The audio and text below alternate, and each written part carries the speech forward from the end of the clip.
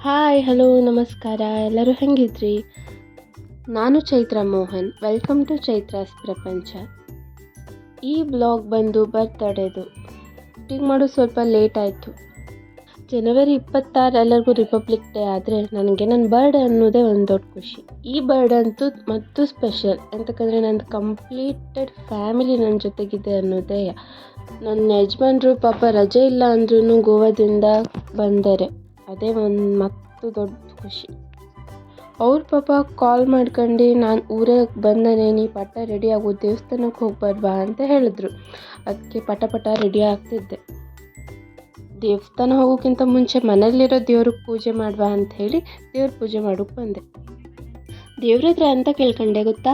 ದೇವ್ರೆ, ಏನೋ ಒಂದು ಆಸೆಯಿಂದ ಯೂಟ್ಯೂಬನ್ನು ಸ್ಟಾರ್ಟ್ ಮಾಡೋಣ, ಅದರಲ್ಲಿ ಜಾಸ್ತಿ ಸಬ್ಸ್ಕ್ರೈಬ್ ಆಗಲಿ, ನನ್ನ ವಿಡಿಯೋ ಎಲ್ಲರಿಗೂ ಇಷ್ಟ ಆಗಲಿ, ಎಲ್ಲರೂ ಲೈಕ್ ಮಾಡಲಿ ಅಂತ ಹೇಳಿ.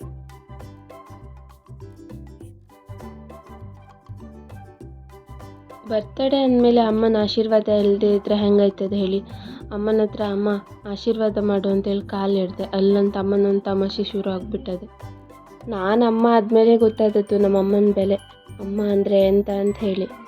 ಒಂದು ಮಗುಗೆ ಜನ್ಮ ಕೊಡಬೇಕಂದ್ರೆ ಮಗು ಮಾತ್ರ ಜನ್ಮಿಸೋದಿಲ್ಲ, ತಾಯಿನೂ ಪುನರ್ಜನ್ಮ ಪಡಿದ್ಲು. ನಮ್ಮಮ್ಮಂಗೆ ಬರ್ಡೇ ಯಾವಾಗ ಅಂತೇಳಿ ಗೊತ್ತಿಲ್ಲ ಇರಬೇಕು, ಆದರೆ ನನ್ನ ಬರ್ಡೇಗೆ ಪ್ರತಿ ವರ್ಷವೂ ನಮ್ಮಮ್ಮ ನನ್ನ ಜೊತೆಗಿರಲಿ ಅಂತಲೇ ನನ್ನ ಆಸೆ. ಅಮ್ಮ ಅಂತೂ ನನಗೆ ಕಷ್ಟನೇ ತೋರಿಸ್ಲಿಲ್ಲ. ಅಮ್ಮನಿಗೆ ಎಷ್ಟು ಚಿರಋಣಿ ಆಗಿದ್ರೂ ಸಾಕಾಗೋದಿಲ್ಲ.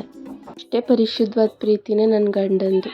ಅವ್ರ ಹತ್ರ ಆಶೀರ್ವಾದ ಮಾಡಿ ಅಂತ ಕಾಲು ಇಡ್ಸ್ಕೊಂಡ್ರೆ ನನ್ನ ಆಶೀರ್ವಾದ ನಿನಗೆ ಯಾವಾಗಲೂ ಇರ್ತದೆ ಅಂಥೇಳಿ ಕಾಲು ಇಡ್ಸ್ಕೊಳ್ಳೇ ಇಲ್ಲ. ಹಾಗೆ ನಾವು ದೇವಸ್ಥಾನಕ್ಕೆ ಹೋಗುವ ಅಂತ ಹೇಳಿ ಹೋಗ್ತಿದ್ರು.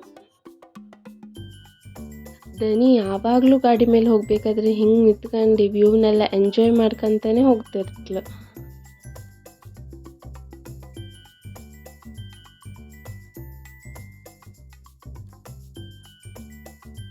ದೇವಸ್ಥಾನದ ಹತ್ರ ಬರ್ತಿರ್ಬೇಕಾದ್ರೆ ಅನಿಸ್ತಿತ್ತು ಸ್ವಲ್ಪ ರಶ್ ಇರ್ಬೋದು, ಸೋಮವಾರ ಅಲ್ಲ ಅಂತ ಹೇಳಿ.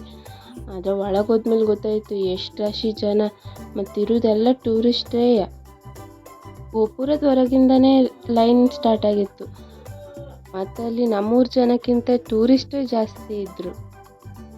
ಜನ ನೋಡಿ ದರ್ಶನಕ್ಕೆ ಹೋಗೋದು ಎಷ್ಟೊತ್ತಾಗ್ತದೇನೋ, ಪಾಪುನ ಬೇರೆ ಬಿಟ್ಟು ಬಂದನೆ ಅಂತೇಳಿ ಅಂದ್ಕೊಂಡಿದ್ದೆ. ಆದರೆ ನನ್ನ ಗಂಡ ಹೆಂಗೋ ಒಳದಾರಿಯಲ್ಲಿ ಪಟ ಕರ್ಕೊಂಡು ಹೋದರು.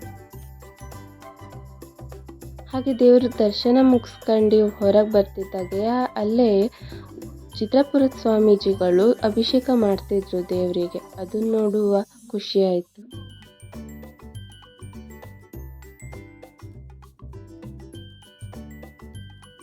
ಅಲ್ಲೇ ಸ್ವಲ್ಪ ಹೊತ್ತು ಕೂತ್ಕೊಂಡು ಹಾಗೆ ಮನೆಗೆ ಬಂದರು. ಸಂಜೆಗೆ ಕೇಕ್ ಕಟ್ ಮಾಡುವ ಅಂತ ಹೇಳಿದರು. ಅದಕ್ಕೆ ಬರ್ಡೇ ಮಾಡೋಕ್ಕೆ ನನ್ನ ಮೈದ್ನಿ ಸಂಜುನೂ ಬಂದಿದ್ಲು. ನಾನು ಯೂಟ್ಯೂಬ್ ಸ್ಟಾರ್ಟ್ ಮಾಡಬೇಕು ಅನ್ನೋದಕ್ಕೆ ಇವಳು ಒಂದು ಕಾರಣನೇ. ಎಷ್ಟು ಸಪೋರ್ಟ್ ಮಾಡ್ತಳು. ಇವಳ ಅಕ್ಕ ಮತ್ತು ಇವಳು ನನ್ನ ಮೈದ್ನಿದಿರಂತ ಹೇಳೋಕ್ಕಿಂತ ಜಾಸ್ತಿ ನನ್ನ ಬೆಸ್ಟ್ ಫ್ರೆಂಡ್ಸ್. ಅಷ್ಟು ಆಸೆ ಮಾಡ್ತರು ನಾನಂದರೆ. ನನ್ನ ಬರ್ತ್ಡೇ ಸೆಲೆಬ್ರೇಷನ್ ಮಾಡೋಕ್ಕಂಥೇಳಿ ನನ್ನ ಅತ್ತೆದಿರೆಲ್ಲ ಬಂದಿದ್ದರು. ಅವರೆಲ್ಲ ಬಂದಿದ್ದು ತುಂಬ ಖುಷಿ ಆಯಿತು. ಹಾಗೆಲ್ಲ ಸೆಲೆಬ್ರೇಟ್ ಮಾಡಿದ್ರು ಅಂತೇಳಿ ನೋಡ್ಕೊ ಬನ್ನಿ.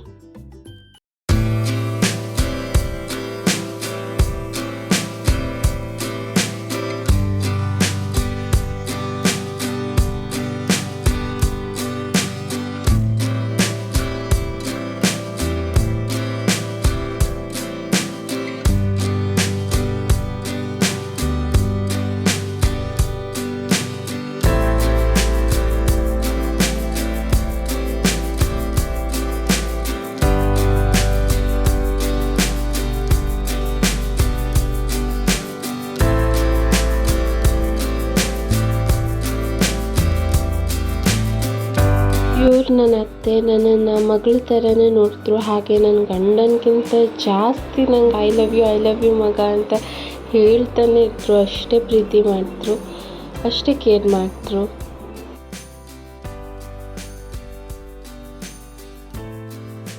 ಇವ್ರು ನನ್ನ ಅತ್ತಿಗೆ, ನನ್ನ ಗಂಡನ ಅಕ್ಕ, ನನ್ನನ್ನು ತುಂಬ ಪ್ರೀತಿಯಿಂದ ನೋಡ್ಕೊಳ್ತರು ಮನೆಯಲ್ಲಿ. ಇದು ರಾಶಿ ಪಾಪ ನನಗೋಸ್ಕರ ಗಿಫ್ಟ್ ತಗೊಬಂದಿದ್ಲು. ನಂಗೆ ಖುಷಿ ಆಯಿತು. ಹಾಗೆ ನನ್ನ ಗಂಡಂಗೆ ಆ ಗಿಫ್ಟ್ ಕೊಡೋದು ನೆನಪಿಲ್ಲಾಗಿತ್ತಂತೆ, ಈಗ ಕೊಡ್ತಾ ಅವ್ರೆ.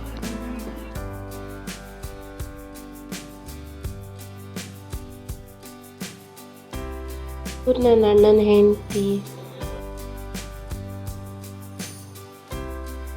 ಇವ ನನ್ನ ಮೈದ್ನ ಆರ್ಯನ್ ಅಂತ ಹೇಳಿ. ಪಾಪ ಇವ ನಂಗೆ ಜುಮ್ಕಿ ತಂದು ಕೊಟ್ಟಿದ್ದ.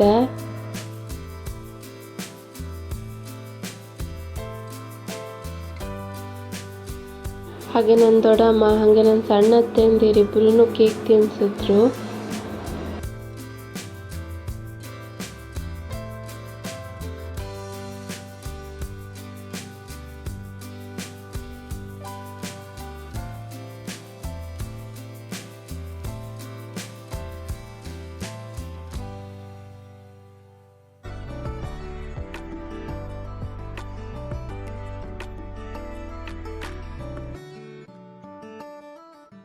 ಇವ ನನ್ನ ತಮ್ಮ ಚೇತು. ಪಾಪ ನನಗೋಸ್ಕರ ಕೇಕ್ ಮೇಲೆ ನನ್ನ ಫೋಟೋ ಬಂದಿದ್ದ. ಖುಷಿ ಆಯಿತು ಅದು ನೋಡಿ. ಆಗಲೇ ಬರ್ಡೇ ಗಿಫ್ಟ್ ತೋರಿಸಿದ್ನಲ್ವ, ಅದೇ ಇದು. ನನ್ನ ಅದಕ್ಕೆ ನನಗೋಸ್ಕರ ಟಾಪ್ ಬಂದಿದ್ರು. ಹಾಗೆ ಇದೆಲ್ಲ ಮಕ್ಳು ಗಿಫ್ಟ್ ಕೊಟ್ಟಿದ್ರಲ್ವ, ರಾಶಿ, ಆರು ಮತ್ತು ಸಂಜು, ಅವ್ರು ಕೊಟ್ಟಿದ್ದ ಗಿಫ್ಟ್ ಇದು.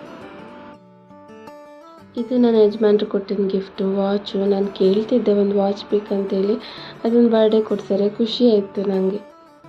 ಇವರೆಲ್ಲರಿಗೂ ಥ್ಯಾಂಕ್ಸ್ ಹೇಳ್ತೆ ನನ್ನ ಬರ್ಡೇನ ಮೆಮೊರೇಬಲ್ ಮಾಡಿದ್ದಕ್ಕೆ. ಈ ವ್ಲಾಗ್ ನಿಮಗೆಲ್ಲ ಇಷ್ಟ ಆಯಿತು ಅಂತೇಳಿ ಭಾವಿಸ್ತೆ. Thank you for watching.